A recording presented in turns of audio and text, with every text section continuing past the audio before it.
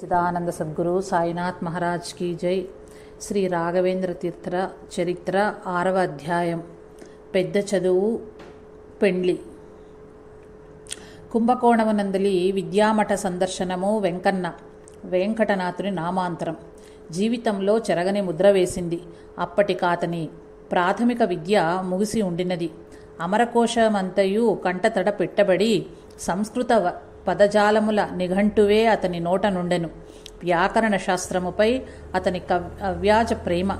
అతని మనసిప్పుడు భగవంతుని దిశకు తిరిగినది. మఠమునందలి స్వాముల వారి వలె భగవదర్చన చేయుట అతని అత్యంత ప్రీతికార్యము. మఠమునందలి మూలరాముని పూజింప అతని మనసు తహతహలాడింది. అన్నయ్యగు గురురాజాచార్యులు వెంకటనాథుడు ఇరువురు వేదాంత శాస్త్రమునందలి ఉన్నత విద్యాభ్యాసమునకు మదురై చేరుకొనిది. బావగారగు లక్ష్మీ నరసింహాచార్యులే ఇప్పుడు వారి విద్యా గురువులు. వెంకటనాథుడు ఆటలలోనూ పాటలలోనూ దిట్ట. వేదమంత్రములను ఉచ్చరించటంలో గల మెలకువలన్నీ గ్రహించినాడతడు. సంగీతము సాకల్యముగా అభ్యసించినవాడు. సామాన్యుడు కాడు. దివి నుండి భువికి దిగివచ్చిన ఏ దేవతాపురుషుడో అని అందరి అనుమానం. యవ్వనము రాగా మన్మథుని మించిన అందము అతని అయినది. వినయ వినమ్రలతో అతడే యుద్ధి. మూర్తీభవించిన సుగుణాల రాశియే వెంకటనాథుడు. అతని గుణగణములు కొనియాడగ సాధ్యము కాదు. పెళ్లికెదిగిన కన్న తల్లిదండ్రుల చూపులన్నీయూ వెంకటనాథుని మీదే. వెంకటనాథుని అల్లునిగా చేసుకుని సర్వులు ఉవ్విళ్ళూరిరి. సౌందర్య రాసులకు సుందరీమణులు వెంకటనాథునే వారు వరులుగా ఆశించిరి. మన్మథుడే మానవాకారము దాల్చి భువికి దిగినా అని మరులుగొనిరి మానవ కన్యలు. అగ్రజుడు గురురాజాచార్యులు తన అనుంగు తమ్ముడు వెంకటనాథునికి సరస్వతి అను అపురూప లావణ్య రాశియగు అదృష్టవంతురాలి నెంపిక చేసి వివాహ కార్యక్రమమును వైభవంగా జరిపించినాడు. వెంకటనాథుడు గృహస్థుడైనాడు. సరస్వతి అతని ఆదర్శ పత్ని. సుఖ సంతోషాల ఆదర్శ దాంపత్యం వారిది. త్వరలోనే ఇద్దరు ముగ్గురైరి. లక్ష్మీనారాయణుడను సుపుత్రుణ్ణి జననము దంపతులిద్దరినీ సంతోషసాగరమున డోలలాడించింది.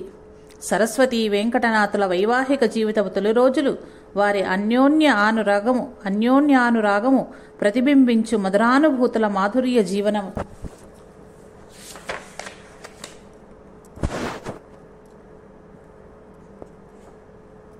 శ్రీ సచ్చిదానంద సద్గురు సాయినాథ్ మహారాజ్ की జై.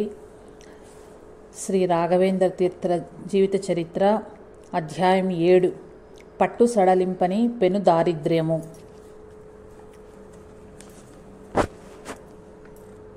సంసారమందలి సంతసములు మీసాలపై దేనియలు తేనె తీపు ఎంతవరకు ఉండగలదు? చప్పరించగనే చడీ చప్పుడు లేక మాయమగు మధురానుభూతి అది. దేవతలలో కూడా మానవలోకములో వలె వాని వరసలున్నమాట. దేవతలలో కూడా మానవలోకములో వలె వాని వరసలున్నవట. జగన్మాత సిరి సంపదలకు అధిష్టాన దేవతయగు లక్ష్మీదేవి అత్తగారనియు చదువుల తల్లి సరస్వతీదేవి వారి కోడలనియు అందరూ ఎరిగినది. మానవలోకమందు అత్తాకోడళ్ళు పెడమొగము సర్వసామాన్యము. వెంకటనాథుడు గొప్ప చదువరి. చదువుల తల్లి అతనిని అభిమానించినది. కోడలి కారుణ్యములోనున్న చదువరిపై కాఠిన్యము వహించదేమో ఎనున్నట్లు శ్రీదేవి వెంకటనాథుని ఇంట అడుగుడలేదు. పూట గడవని పాపిష్టి రోజులు దాపురించినవి పుణ్య దంపతులకు సరస్వతి వెంకన్నలకు. వెంకటనాథుడు పండితుడు. పండితాభిమానులు విరళముగాన పొట్టగడవని పరిస్థితులు ఏర్పడినవి. అభిమానధనుడుగాన ఎవరిని ఆశ్రయించక దారిద్రముని అనుభవించినవాడు వెంకటనాథుడు. సిరి సంపదల కాతని మభ్యపెట్టలేదు. ఉన్నదానితో తృప్తిపడి ఉన్నత విద్యలందే అతడు తన మనసును లంకింప చేసుకున్నాడు. దరిద్రుల బాధ దారిద్రము అనుభవించిన దరిద్రులకే తెలియను. నిరాశా నిస్పృహులతో నిండి నిష్కృతి లేని నిస్సార జీవనమందలి జీవశ్చవములు దరిద్రులు. ఘోర దరిద్ర బాధలు పడలేక దారిను వీడెకదా నలమహారాజు వెంకటనాథుని దారిద్ర్యము వర్ణింప నలవిగానిదు. చాంద్రమానపు నెలలకు 2 పక్షములు శుక్లపక్షములు శుక్ల కృష్ణ పక్షములు. ప్రతి పక్షములోనూ 11వ దినమున ఏకాదశి తిథి అను వ్రతమాచరించు దినము. నిర్జల నిరాహార పస్తులచే శ్రీహరిని మెప్పించు హరిదినమది. బ్రాహ్మణుడు సనాతన సాంప్రదాయ ఆచారములకు కట్టుబడినవారు. ఆనాడు పచ్చి నీరైనా ముట్టరు. వెంకటనాథ సరస్సులు సదాచార సంపన్నులైన మాధ్వ బ్రాహ్మణులు. శ్రీహరి ప్రీతి కొనర్చు ఏకాదశి వ్రతము పక్షమొకటి అయినచో లేమి వలన రుద్దబడిన ఏకాదశులు పక్షమునెందెన్నో కష్టపడి ఆహారము సంపాదించుకొన్నను విస్తళ్ళు లేక వంట ఇంటి బండలు శుభ్రపరిచి నేలపైనే వడ్డించుకొనివారు. పాలము పైని అంగారక్షింతలు భోజనము గావించిన బ్రాహ్మణుని భుజించిన వాడుగా గుర్తించును. ఎన్నో సమయములు వెంకటనాథుడు ఉత్తుత్తి అంగారక్షింతలు పాలభాగమున ధరించి భోజనము ముగించిన బ్రాహ్మణునిగా నటించెను. శూన్య పాలభాగము చూచిన శిష్యులు గురువుగారు ఇంకను భుజించలేదనుకుని పాఠములు చెప్పించుకొనక వెనుకకు మరలెదరేమో అని అతని బెంగ. శిష్యవాత్సల్యము అతన్ని భుజించినట్లుగా నటింపచేయుచుండెడిది. తాను పస్తునను పాఠ ప్రవచనం ఉండవలసినదే. అభ్యంజనమనేనేమో తైలము లేదు వారింట. నక్షత్రములతో నిండిన నభోమండలవాతని పంచ లెక్కకు మీరిన రంధ్రములు చిరుగులు దారియందు మానవును కప్పుచుండిన ఆ పంచ ఏనాటితో పారవేయదగిన పంచ అది. కొత్తది కొనుటకు పైకమేది? అభిహారము అరదు.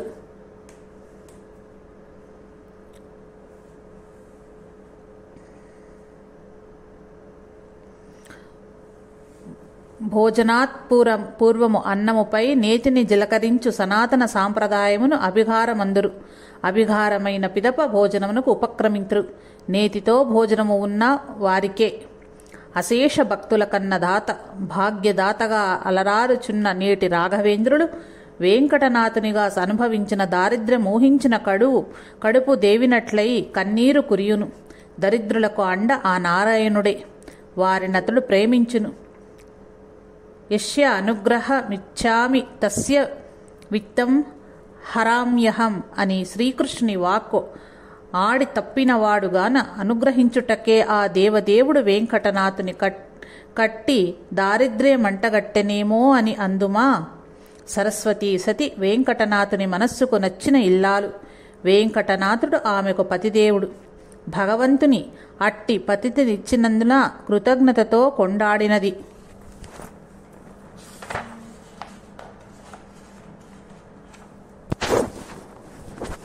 ఏనాడునూ అతని దారిద్ర్యమును ఏవగించుకొనలేదు.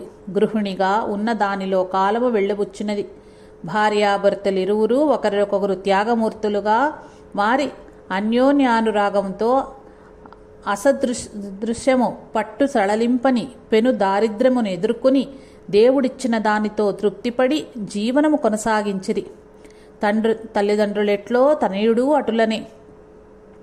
ఉపవాసాలు ఆ చిన్నారికి కూడా తెలుసు. బట్టలు లేవు ఆ బాలునికి. దిశమొలగా నుండుటే పరిపాటి. దినములు గడుచుట లేదు. పొద్దు పుట్టిన కూటికేమీ చేయవలేను పెద్ద ప్రశ్న దంపతులకి ఇరువురికి. అనుదినము అసాధారణ శోధన. సరస్వతీ సతికి దిక్కు తోచదు. బదులు తెచ్చి భోజనం వండుకొనదమన్నను ఉన్నది ఒక్క చీర. దాని నిండా చిరుగులు. అట్టి చీరతో బయటకు వెళ్ళుట ఎట్లు? బదులు తెచ్చుకోలేని బాధ. లేకున్నా పస్తు. ఇరుగు పొరుగు వారు ఇవ్వకున్నా పస్తే. పసివానికి పస్తే. పండితోత్తముడగు వెంకటనాథునికి పస్తే.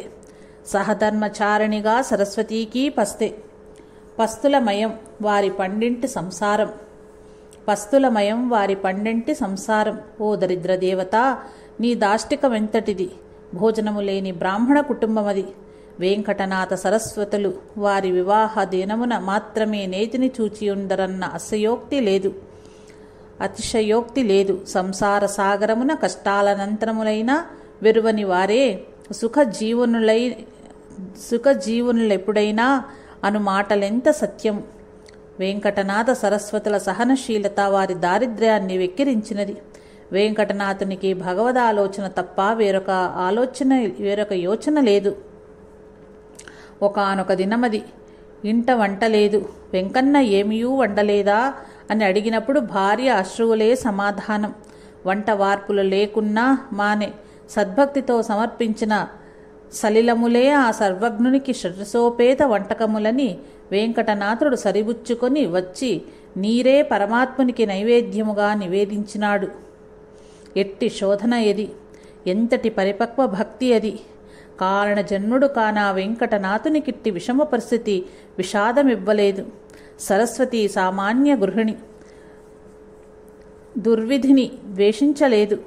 కానీ ఆ దెబ్బకు తట్టుకొనక భోరుమని ఏడ్చినది. వెంకటనాథుడు ఆమె నోదార్చి స్వాంతనపు పలుకులు పలికి నిరంతర భగవద్ధ్యానమే సంసారమందలి సర్వులకు సర్వరోగ నివారణి అని, సర్వకాల సర్వావస్థల యందు శ్రీహరినామ జపమే సర్వసిద్ధి అని తన భక్తిని చాటుకున్నాడు. తన పెనిమిటి పండితోత్తముడే కాడు, పండిన పరమ భాగవోత్తముడని యా ఉత్తమరాలికి తెలియవచ్చినది. తన భర్త గొప్ప భక్తుడని తెలుసుకున్నది. దౌర్భాగ్యములు ఒకదాని వెంట ఒకటి ఎడదరిపి లేకుండా వచ్చునందరు. వెంకటనాథుని ఇంట దొంగలు పడిరి. ఉన్నవన్నీయూ దోచిరి. వంట పాత్రలు కూడా ఎత్తుకుని పోయిరి. తన మాటలు అన్యథా భావించినచో సమీపంననే ఉన్న కుంభకోణ నగరమునకెళ్ళి అచ్చట స్వామివారి ఆశ్రయమును వారి మఠము లోపల ఏల అడుగరాదని సలహా ఇచ్చినది సరస్వతి సతి. వెంకటనాథుడు భార్యాబిడ్డలతో కుంభకోణమునకు పయనించి అచ్చటి మఠమునందలి స్వామివారి ఆశ్రయమును అర్థించినాడు. వారి దారిద్ర్యమంతటా వీడినది. దొంగల ప్రయత్నముగా వారి దారిద్ర్యము దూరం చేసిరి. విపత్తులు ఒక్కొక్క విచిత్రపు తీయని విషయములు కొనివచ్చునను ఆంగ్ల నుడికార భావం ఇదియే గాబోలు. వెంకటనాథుని పట్టువదలని పెన్ను దారిద్ర్యం పటాపంచలైనది. జయసాయి మాస్టర్.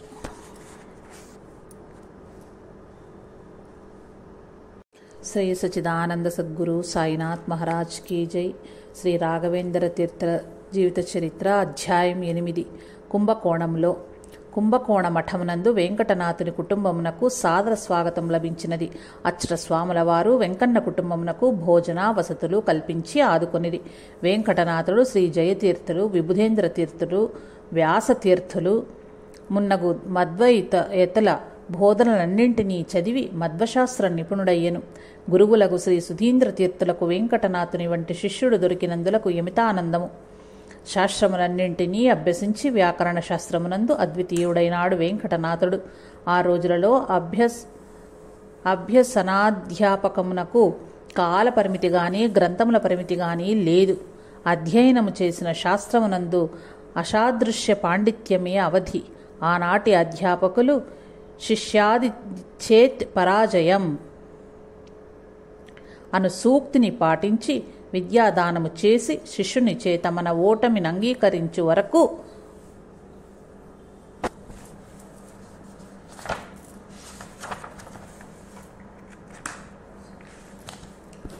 చదివించిన ఘనులు.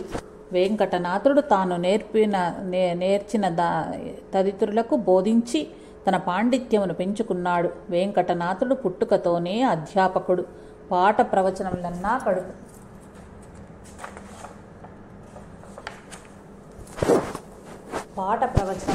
కడు ప్రీతి అతనికి. చదివించుచూ వెంకటనాథుడు కుంభకోణ నగరంలో తన జీవితమును సుఖముగా గడిపినాడు.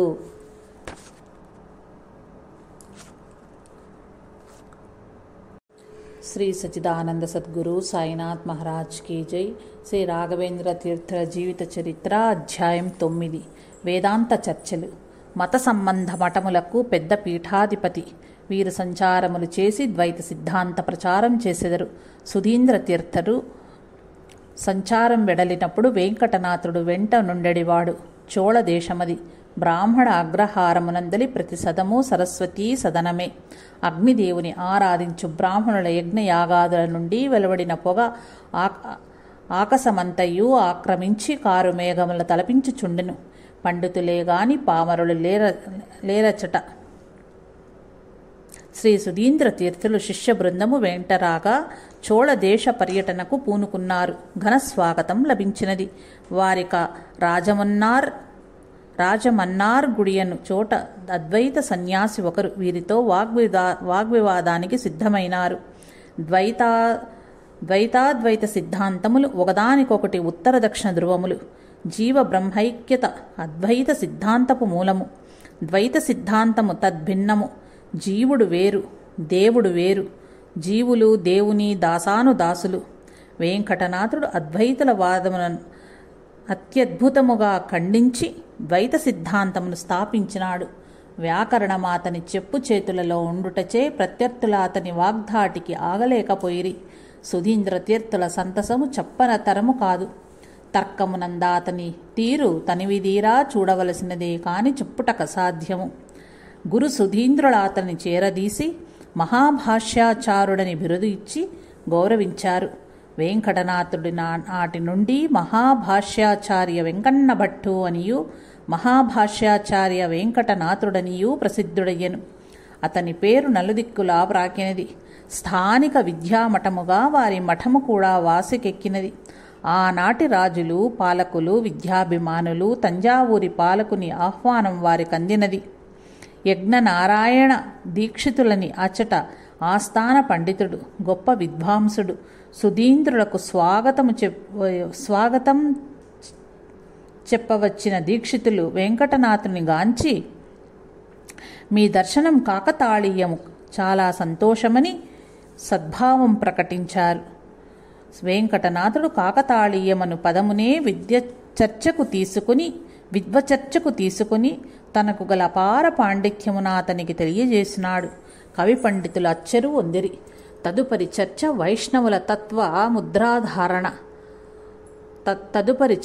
వైష్ణవుల తప్త ముద్రాధారణ ఎను సాంప్రదాయము గూర్చి జరిగినది. వైష్ణవ పీఠాధిపతులు విష్ణుదేవుని ఆయుధములైన శంఖ చక్రముల గుర్తులను తప్తలోహముల ద్వారా శిష్యుల బాహుమూలను అందించి వారిని పునీతులుగా చేసెదరు.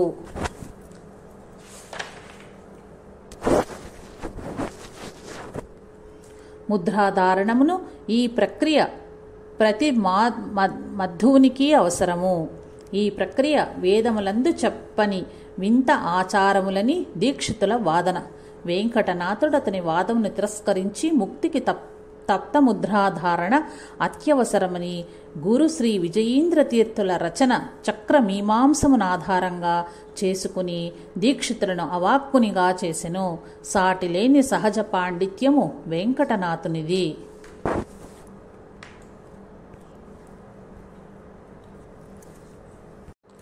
శ్రీ సచ్చిదానంద సద్గురు సాయినాథ్ మహారాజ్ కీ జై. శ్రీ రాఘవేంద్ర తీర్థుల చరిత్ర అధ్యాయము 10 సాహిత్య సేవ. వాదకుశలుడని వెంకటనాథునికి పేరు వచ్చినది. వాదోపవాదములందు మధ్వ సిద్ధాంతమే మిన్నయని అతడు స్థాపన చేయగలిగినందులకు కడు సంతసి చెడివాడు. అన్యమతీయుల వాదముల మమ్ము చేసి వైష్ణవ సిద్ధాంతమును విస్తృతపరచుట చాలదని తలచి ప్రవచనములతో పాటు పుస్తక ప్రచురణలు కూడా ప్రముఖమైనవని అతడు తలచినాడు. అణుమధ్వ విజయము లేక ప్రమేయ నవమాలిక అను గ్రంథరచన ఈ ఆలోచనకు నాంది అయి వెంకటనాథుడు గ్రంథరచనకు శ్రీకారం చుట్టినాడు. శ్రీ సుమధ్వ విజయము శ్రీమన్మధ్వాచార్యుల జీవిత సందేశముగ్గడించు సంస్కృత కావ్యము నారాయణ పండితాచార్యుల మేరుకృతి.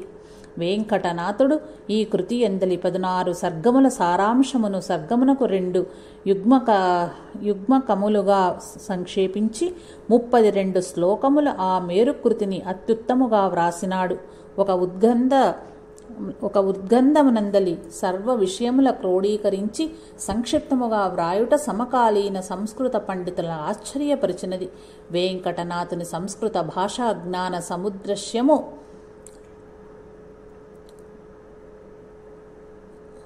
వెంకటనాథుని సంస్కృత భాషా జ్ఞాన సదృశము వెంకటనాథుని తదుపరి రచనలు శ్రీ రాఘవేంద్ర తీర్థుడుగా అతడు సన్యసించిన పిదప చేసిన సాహిత్య సేవ. ఉభయ వంశాభివృద్ధి చంద్రముడని పేర్గాంచిన శ్రీ వాధీంద్ర తీర్థ యతివర్యుల గురుగుణ స్తవనము అను కవనములో రాఘవేంద్ర తీర్థుల వెంకటనాథుని ఆశ్రమనామము సాహితీ సేవ మిక్కిలి కొనియాడబడినది. శ్రీ వాదీంద్ర తీర్థుల బృందావనము మంత్రాలయములో శ్రీ రాఘవేంద్రుల బృందావనకు ప్రక్కనే ఉన్నది. శ్రీ రాఘవేంద్ర యతివర్యుల సాహితీ సేవ శ్రీమన్మధ్వాచార్యుల మన్నన బడసి అతడు వేదాంత సామ్రాజ్యాధిపతిగా కీర్తిబడియుటకు ఉపకరించినదని ప్రస్తుతింపబడినది. చదువుల తల్లి వాగ్దేవి భారతీదేవి వెంకటనాథుని అభిమానించి అతని రచనలు వాక్కులు వన్నెకెక్కున్నట్లు వరమిచ్చినది. వెంకటనాథుడు శ్రీ రాఘవేంద్ర తీర్థులుగా మారిన పిమ్మట అధిక సంఖ్యాకములైన పుస్తకములు వ్రాసెను. జై సాయి మాస్టర్.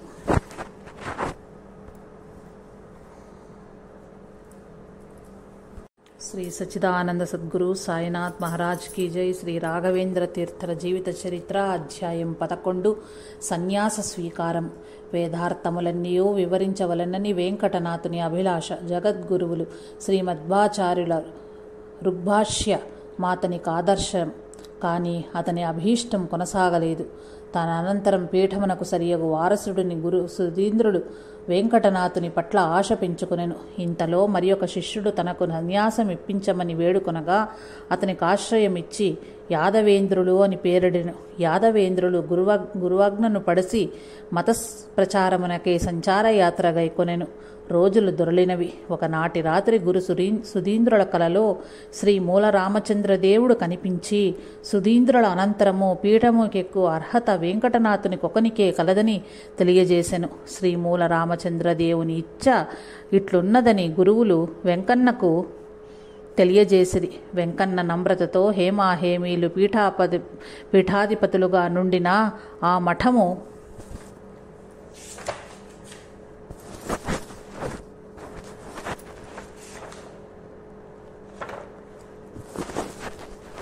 పీఠాధిపత్యమునకు తాను తగనని వినయముగా మనవి చేసుకునెను.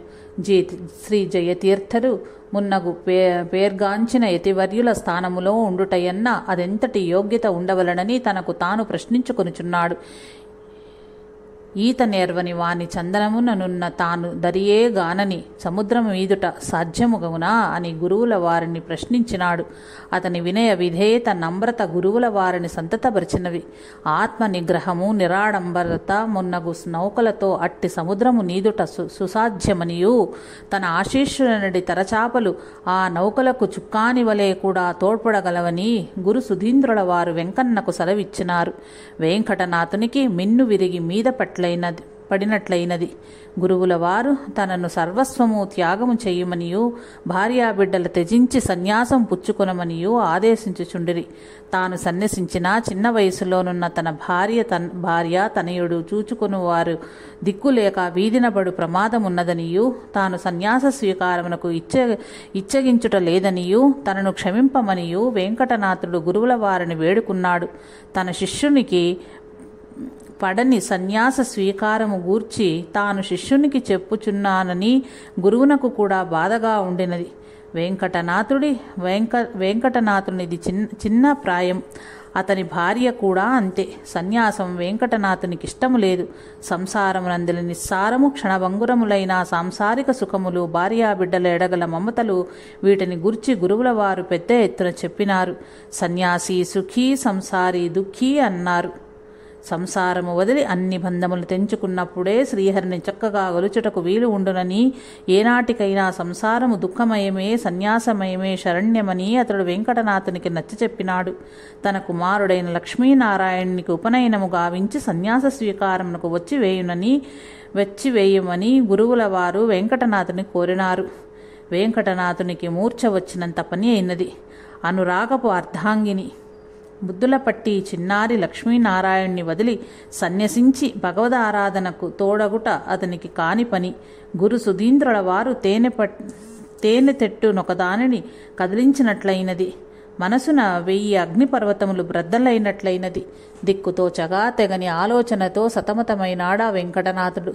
గురువుల మాటలు విని సన్యసించుటయా లేక ధిక్కరించి తన సంసారమును కట్టుబడి సంసారిగా ఉండుటయా అని అతని మనస్సు డోలాయమానమైనది. అంతులేని ఆలోచనలతో కుట్టుమిట్టాడుచున్న వెంకన్న కేమి పాలుపోలేదు.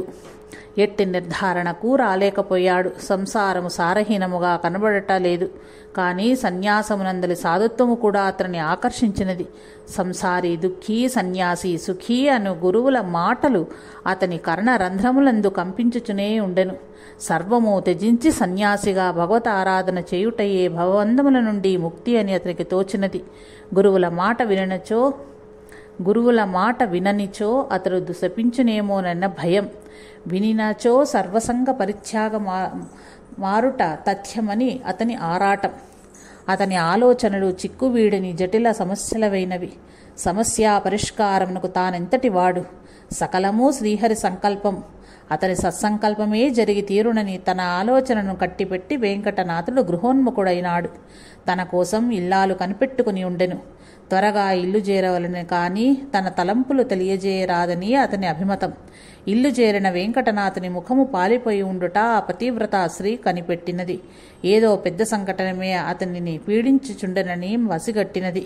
కుంభకోణమునందలి మఠంలో ఆశ్రయం పొందెదముగాక అని తానిచ్చిన సలహా సన్యాసిగా అతన్ని మార్చి తన సంతసమంతయు సమూలముగా కూల్చివేసిన కాదు అట్టు కాకూడదు. వెంకటనాథుడు సన్యసించినా తనకు పతిదేవుని నుండి శాశ్వత వియోగం, భర్త లేనిదే బతుకు లేదు. తన దాంపత్యమునందరి తొలి తీపు రోజులు ఆమె మధుర స్మృతిలో మెసలినవి. ఆ రోజులు కనుమరుగైపోవు కాలం ఆసన్నమైనదని వెంకటనాథుని ముఖం చెప్పక చెప్పినది. వెంకటనాథునికి తన భార్య మనసున చెలరేగుతున్న ప్రచండ ఝంఝామారుతపు తుఫాను తెలుసు. మౌనమే వారి మాటలైనవి. గొప్ప విద్వాంసుడు వెంకటనాథుడు. మహాభారత యుద్ధమునందు అర్జునుని గూర్చి శ్రీకృష్ణ భగవానుడు సెలవిచ్చిన కర్తవ్య నిర్వహణ అతని స్ఫురణకు వచ్చినది. శ్రీ గురు సుధీంద్రుల అభీష్టము తీర్చుటే తన కర్తవ్యమని అతనికి తెలియవచ్చినది.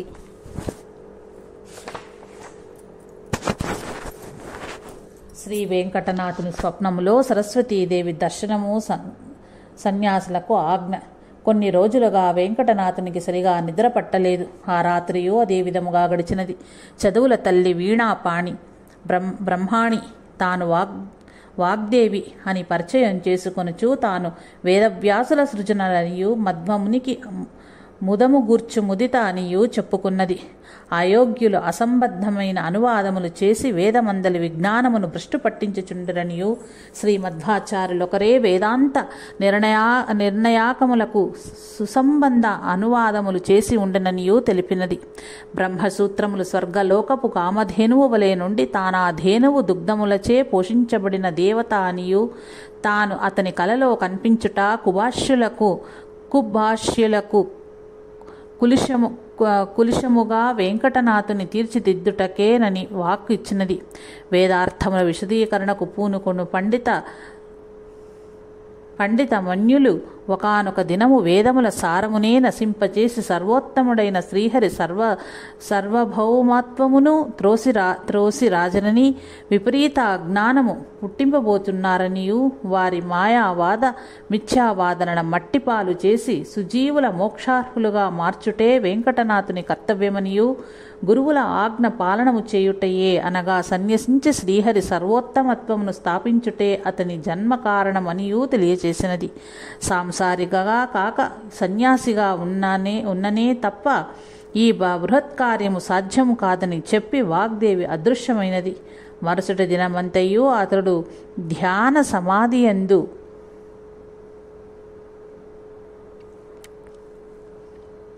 నిమగ్నుడై ఉన్నాడు. శ్రీహరి రామ నరహరి కృష్ణ వేద వ్యాస కృతులతో దర్శనమిచ్చి ఆశీస్సులు అందజేసినారు. సన్యాస స్వీకారమే భగవన్నిర్ణయమని వెంకటనాథుడు నమ్మినాడు.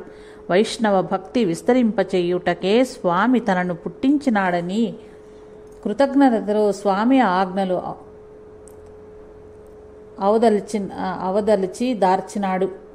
అవదలి దార్చినాడు. గురువుల దగ్గరికెళ్ళి తన అంగీకారం తెలియచేయవలనని ఉద్యుక్తుడైనాడు. నిద్రించుచున్న సరస్వతి ముఖపరి తిలకించినాడు. మూర్తీభవించిన శోకదేవతయే నిద్రించుచున్నదనిపించిందతనికి. కన్నీటి ప్రవాహం కట్టదించుకున్నది. కానీ మరుక్షణమే తన దృక్కుల అవతలికి మళ్లించి సంభాళించుకున్నాడు. అటులని ఆమె ముఖము అవలోకించుచుండిన తన తిరుగులేని తీర్మానము సడలునేమోనని అతని అనుమానము. తెల్లవారినది. పతిదేవుని ముఖములో ప్రసన్నత కనిపించినది ఆ పతివ్రత శిరోమణికి. అతని ముఖములో ఎట్టి ఆందోళన లేదు. గడిచిన రాత్రి మాదిరి కనపడలేదతడు. అహ్నీకము తీర్చుకుని వెంకటనాథుడు మఠమునకు వెళ్ళి తన స్వప్న వృత్తాంతమును తెలిపి సన్యాస స్వీకారమునకు తన అంగీకారం తెలిపినాడు. తనయునకు ఉపనయనము గావించి వచ్చివేయమని గురు సుధీంద్రుల అతనిని కోరినారు.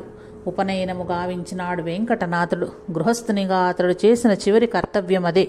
ఇక తన భార్యపై నుండిన మమతయే అతని సన్యాస స్వీకారమునకు అవరోధము. గురువులకది తెలుసు. కానీ వెంకటనాథునికి సన్యాస పట్టము కుంభకోణమునందు కాక తంజావూరులో ప్రసాదించదలిచినారు గురుదేవులు. తంజావూరు ఏలికతో రఘునాథ భూపాలుడు ఈ కార్యక్రమమునకు తగిన చెయ్యూతనిచ్చి పట్టాభిషేక మహోత్సవము ఘనముగా చేయించగలడని గురు సుధీంద్రుల నమ్మకము. జై సాయి మాస్టర్.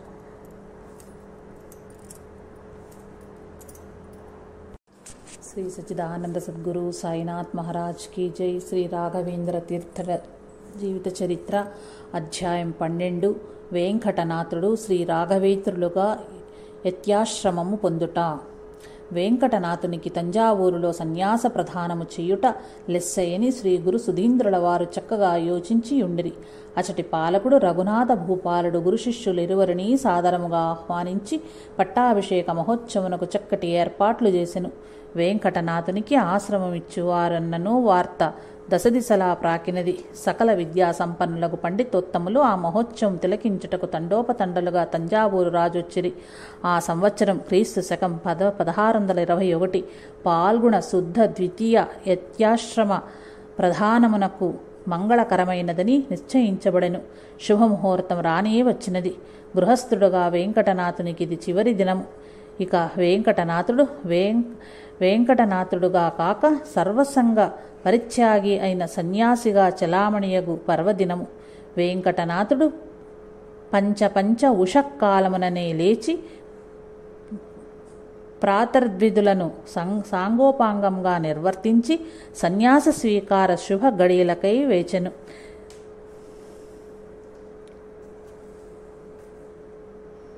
తంజావూరు నందలి రాజప్రాసాదంలో సకల విద్యాన్మణుల సజ్జనులు ఆస్తికలు సర్వులు కొలువుదీరి ఉండగా శ్రీ గురు సుధీంద్ర తీర్థులు వెంకటనాథునికి తూర్యాశ్రమం ఇచ్చి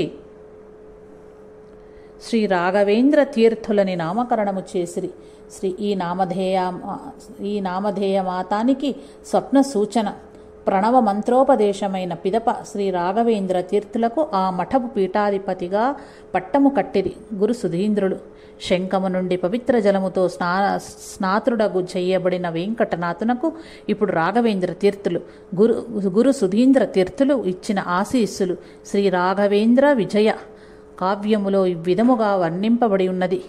వేదాంత సామ్రాజ్యాధిపతిగా పట్టమెక్కిన వెంకటాచార్య, మీరు శ్రీహరి ఇచ్ఛానుసారముగా రాఘవేంద్రులుగా చలామణి కాబోతున్నారు.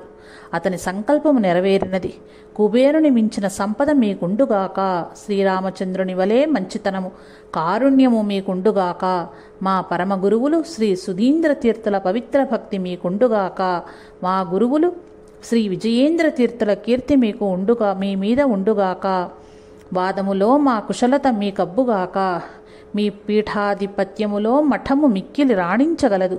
ఆచందార్కము మీ కీర్తి శోభించగలదు. శ్రీ మూల రామచంద్ర భగవానులు తమ ఉత్తమోత్తమైన ఆశీస్సుల వర్షము కురిపించుగాక.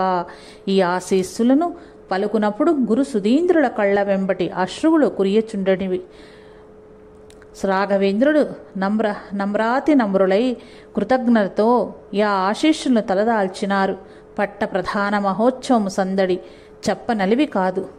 రఘునాథ భూపాలుడు ఈ సన్యాసికి అతని గురువులకు నమస్కృతులను అర్పించి ధన్యుడైనాడు.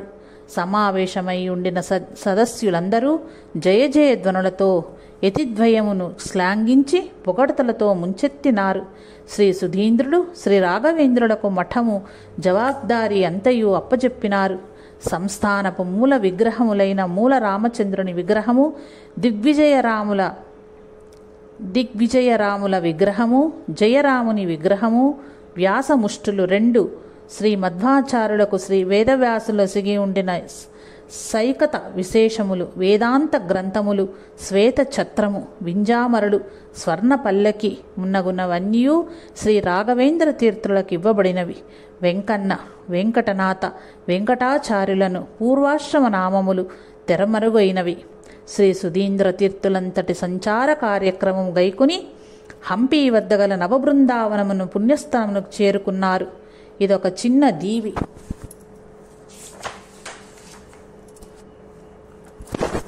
తుంగభద్రా నది మధ్య ఉన్నది. అచట తమ భౌతిక కాయమును వదిలి తమ పూర్వీక గురువుల బృందావనము వద్ద బృందావనస్తులైనారు. రాఘవేంద్రుడు తమకత్యంత ప్రీతిపాత్రులైన గురువులనిట్లు క్రీస్తు శకం 1623లో కోల్పోయిరి. ఇటు కుంభకోణములో రాఘవేంద్ర యతి పట్టాభిషేక వార్తలు సరస్వతీ సతికి అందినవి. ఆమెకు చేష్టలుడిగినవి, మూర్ఛ వచ్చినది. కానీ త్వరలోనే కోలుకుని దైవ సంకల్పం ఈ రీతి ఉన్నదని తనను తాను ఓదార్చుకున్నది. కానీ పతి వియోగ బాధ భరింపరానిదై ఆత్మహత్యకు పూనుకున్నది. ఆత్మహత్య పంచమహాపాతకాలలో ఒకటైనను అదే శరణ్యమైనదామెకు. చిన్నారి లక్ష్మీనారాయణ్ణి వదిన మరియు మరదలకు అప్పగించి ఆమె తంజావూరు గూర్చి పోసాగినది. మార్గమధ్యమున ఒక పాడు బావి ఎందు దుమికి అసులను ఈడినది. ఆయుష్యుండగా ఆత్మహత్య చేసుకుని వారు పిశాచ జన్మల దాల్తురు. సరస్వతీ సతి పిశాచి అయినది. ఆ రూపుతోనే రాఘవేంద్రుని వద్దకు వెళ్ళినది. రాఘవేంద్రుడు తమ కమండలంలోని పవిత్ర జలమా ఆ పిశాచాకృతిపై ప్రోక్షించి ఆ జీవి యొక్క ప్రేతాత్మకు అంతమొందించిరి. సరస్వతీ సతికి విముక్తి లభించినది. నేటికినీ కొందరు హుహ్విళ్య అను ఆచారమును పాటించి ముత్తైదులకు మంగళద్రవ్యములకు పూలు తమలపాకులు ఇచ్చుట సరస్వతీ సతిని తమ ఇంట జరుగు శుభకార్యముల సందర్భములో జ్ఞాపకం చేసుకొనిచున్నారు. హువ్విళ్ళే అని కన్నడలో అంటారు.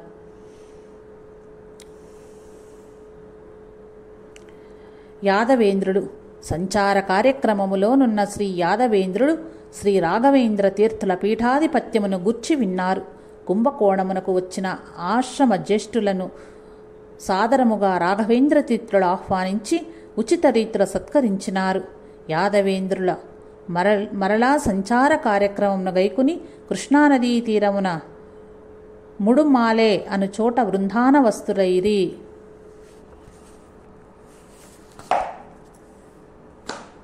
జై సాయి మాస్టర్.